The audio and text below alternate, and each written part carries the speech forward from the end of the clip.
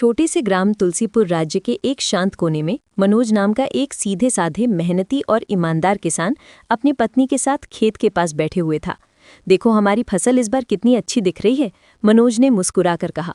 हाँ, पर तुम्हारी मेहनत के साथ मेरे हाथों की भगवान ने भी मदद की है, उसकी पत्नी शोभा ने जोश में जवाब दिया।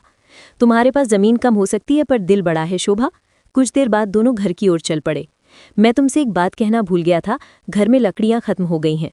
चलो पर चिंता मत करो, मैं कल सुबह जंगल जाकर लकड़ियां काट लाऊंगा। ठीक है, ध्यान रखना। अगली सुबह मनोज लकड़ियां काटने जंगल गया। वो एक पेड़ पर कुल्हाड़ी चलाने ही वाला था कि झाड़ियों में किसी की हल्की सी आवाज़ सुनकर रुक गया।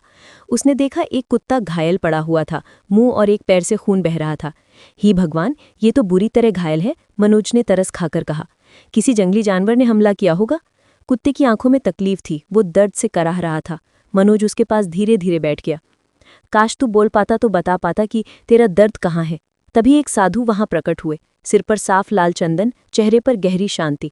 कौन हो तुम और ये कुत्ता? साधु ने पूछा। प्रणाम साधु महाराज, मैं तो बस लकड़ियां काटने आया था, इस घायल कुत्ते पर तरस आ गया, मनोज ने कहा। यहाँ देखें, बहुत बुरा हाल है। साधु ने कुछ क्षण देखा और फिर धीमे स्वर में मंत्र पढ़ने लगे। रंग बिरंगी किरणें उठीं और कुत्ते के घाव चमत्कारिक रूप से भरने लगे। जैसे ही घाव शांत हुए, कुत्ते ने मनोज की तरफ देखा और बोल उठा, धन्यवाद भैया, तुम्हारे कारण मैं बच गया। मनोज के कदम ठिठक गए। कुत्ता बोल रहा था, तुम्हारा नाम क्या है? मनोज ने हक्का बक्का होकर पूछा। मेरा नाम, मैं आज से टॉपी रखता हूँ, कुत्ते ने खुशी से कहा। तुमने मेरी जान बचाई, अब मैं तुम्हारा साथी हूँ। साधु मुस्कुराए और कहने लगे, मैंने उसे बोलने की शक्ति दी है ताकि वो तुम्हारा साथी बनकर तुम्हारी सहायता करे, पर याद रखना, ये शक्ति भी एक जिम्मेदारी है। और साधु वहां से चल दिए। मनोज कुत्ते को घर लेकर गया और सब कुछ शोभा को बताया। शोभा आश्चर्य में थी कि कैसे एक जानवर इंसान सी बातें कर रहा था, पर टॉपी का सरलपन और वफा तुरंत सबका दिल जीत गया। कुछ ही दिनों में टॉपी घर के काम में हाथ बटाने लगा, बच्चे के जैसे बातें करता, घर की रखवाली करता और खेत में भी मनोज का साथ देने लगा। टॉपी, अब तो खेत में भी चलना, क्या करोगे घर बैठकर? मैं तुम्हारे साथ काम करूंगा, मैं भी जानता हूं कि मेहनत कैसी होती है, टॉपी ने विनोद में जवाब दिया। समय के साथ टॉपी ने खेतों के काम सीख लिए, हल चलाना, सिंचाई में मदद, फसल की निगरानी। मनोज और शोभा के मेहनत और टॉपी की छोटी छोटी सूझबूझ ने खेत को हरा भरा कर दिया। इसकी खबर गांव में फैल गई और वो खबर महल तक पहुंची, गांव का जमींदार रघुवीर सिंह की नजर पर। रघुवीर ने अपने सहयोगी कालू से कहा, सुनो, मनोज की जमीन इतनी उपजाऊ कैसे हो गई, और ये क्या उनका कुत्ता बोलता है? कालू ने जवाब दिया, हाँ मालिक, सब गांव जानता है, अगर हम इसका सही उपयोग करें तो बड़ा मुनाफा हो सकता है, तमाशा करवाकर और भी पैसा कमाएंगे। रघुवीर ने सोचा, मनोज की जमीन पर उसकी आंखें बहुत दिन से टिकी थीं। कर्ज में दबे किसानों की जमीनें धीरे धीरे उसने हड़प रखी थीं, पर मनोज बेशर्मी से सीधा नहीं झुकता था। एक दिन ये सब मेरी संपत्ति हो जाएगी, रघुवीर ने शब्दों में गुस्सा छुपाया। समय बीतता गया, पर अचानक घर में दुख आया। शोभा को खांसी हुई, फिर खांसी बढ़ते बढ़ते गंभीर बीमारी बन गई। गांव के वैद्य ने कहा कि अगर शीघ्र इलाज न हुआ तो ये जानलेवा हो सकती है। मनोज ने अपनी सारी बचत इलाज में लगा दी, पर धीरे धीरे सब खत्म हो गया। अब क्या करूं शोभा, मेरे पास बीज लेने तक के पैसे नहीं बचे, मनोज उदास होकर बोला। टॉपी बेचैन होकर बोला, मनोज तुम अपने भाइयों से मदद मांगो, वो गांव में अमीर हैं। मनोज के 2 भाई थे, बड़ा भाई सुरेश और दूसरा विवेक।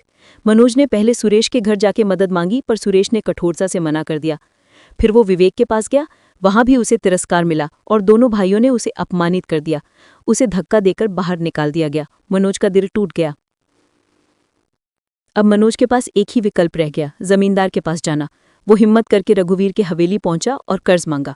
रघुवीर ने शर्त रखी, भारी ब्याज और उसकी 2 बीघा जमीन गिरवी रखनी होगी। अगर समय पर चुकाया तो जमीन तुम्हारी, वरना मेरी हवेली में शामिल। मनोज तंग आ गया, पर शोभा की जान की खातिर उसने हाँ कर दी। रघुवीर ने एक और अपमान भरा निर्देश दिया, और उस बोलने वाले जानवर को यहाँ से बाहर निकाल दो। मनोज को गुस्सा आया, पर मजबूरी में वो मान गया। मनोज टॉपी के साथ घर लौटा, पर शाम तक टॉपी ना आया। मनोज और शोभा बेचैन हो उठे। रात बीत गई, सुबह टॉपी लौटा और हाथ में एक चमकती जड़ी बूटी पकड़े हुए था। मैं साधु को ढूंढ कर गया था जिन्होंने मुझे बोलने की शक्ति दी थी।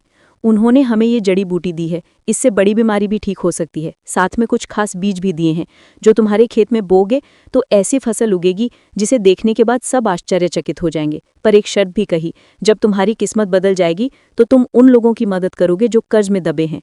मनोज की आंखें नम हो गई। उसने जड़ी बूटी शोभा को दी। कुछ ही समय में शोभा की तबीयत बेहतर हुई, जैसे कोई स्याह बादल हट गया हो। टॉपी, तू हमारे देवता है, मनोज चिल्लाया।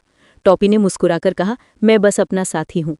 टॉपी ने दिए गए बीज मनोज के खेत में बो दिए। कुछ ही दिनों में खेत में असाधारण उपज दिखने लगी। सुनहरी घनी फसल लहरा रही थी। गांव वाले अचंभित थे और मनोज का नाम दूर दूर तक फैल गया। मनोज अब समृद्ध हुआ और उसने वादा निभाते हुए धीरे धीरे गांव वालों के कर्ज चुकाने शुरू कर दिए। पहले विनोद का, फिर पप्पू का और कई और की जमीनें वापस मिल गईं। गांव में खुशहाली लौट आई। पर रघुवीर और कालू का रोष बढ़ता गया।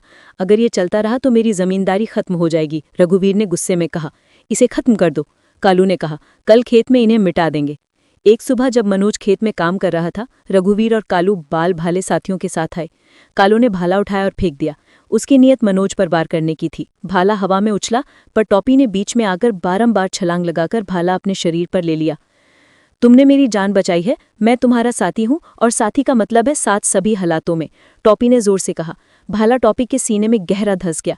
वो गिर पड़ा। उसकी आंखों में एक हल्की मुस्कान थी। मनोज, चिंता मत करो, सब ठीक रहेगा, उसने कहा और फिर चुपचाप अपने प्राण त्याग दिए। मनोज और शोभा दोनों माटी पर झुककर रोने लगे। टॉपी का बलिदान देखकर गांव वाले आकर जमा हो गए। तभी वही साधु की जिन्होंने टॉपी को बोलने की शक्ति दी थी, वहां फिर प्रकट हुए। साधु ने गुस्से में कहा, जिसने निर्दोष की जान ली उसका पाप अब उसे वापस भुगतना होगा। साधु की आंखों से रंग बिरंगी किरणें निकली। रघुवीर और कालू पर पड़ते ही वे अचानक धधक उठे। कुछ ही पल में उनकी काया राख में बदल गई। गांव वाले सन्न रह गए, पर उनकी आंखों में न्याय का सुख भी था। साधु मनोज के पास आए और कहा, तुम्हारा और टॉपी का साथ यहीं तक लिखा था, पर टॉपी ने तुम्हारे जीवन का बलिदान देकर तुम्हें बचाया, उसे कभी मत भूलना। साधु कहते हुए उसी रंग बिरंगी रोशनी में वहां से गायब हो गए। कुछ दिन बाद मनोज ने नम आंखों से टॉपी की याद में खेत के उसी कोने में एक पेड़ लगाया, साथी वृक्ष। गांव वाले अक्सर वहां आकर टॉपी की याद में शैया बांधते और उसकी वफादारी की कहानी सुनाते। मनोज ने अपनी मिली हुई समृद्धि से गांव के लिए एक चिट्ठा बनाया, कर्ज मुक्ति का, ताकि कोई और जमींदारों की दया पर ना झुकना पड़े। वो टॉपी का वादा पूरा करता रहा, दूसरों की मदद करता रहा, और जब कभी खेतों में हवा चलती तो गांव वालों को लगता कि किसी ने हल्की सी भौंक दी। टॉपी की याद हमेशा वहां गूंजती रही। मनोज और शोभा ने अपने जीवन में सच्चे साथी की कीमत समझी।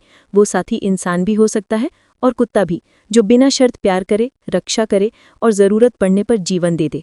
कहानी यही समाप्त नहीं होती। टॉपी का नाम उन सभी की ज़बान पर सदैव रहता और साथी वृक्ष के नीचे गांव के बच्चे खेलते हुए उसकी वीरता की कहानियां सुनते। जीवन में सच्ची दोस्ती और बलिदान का संदेश तुलसीपुर के हर दिल में बस गया।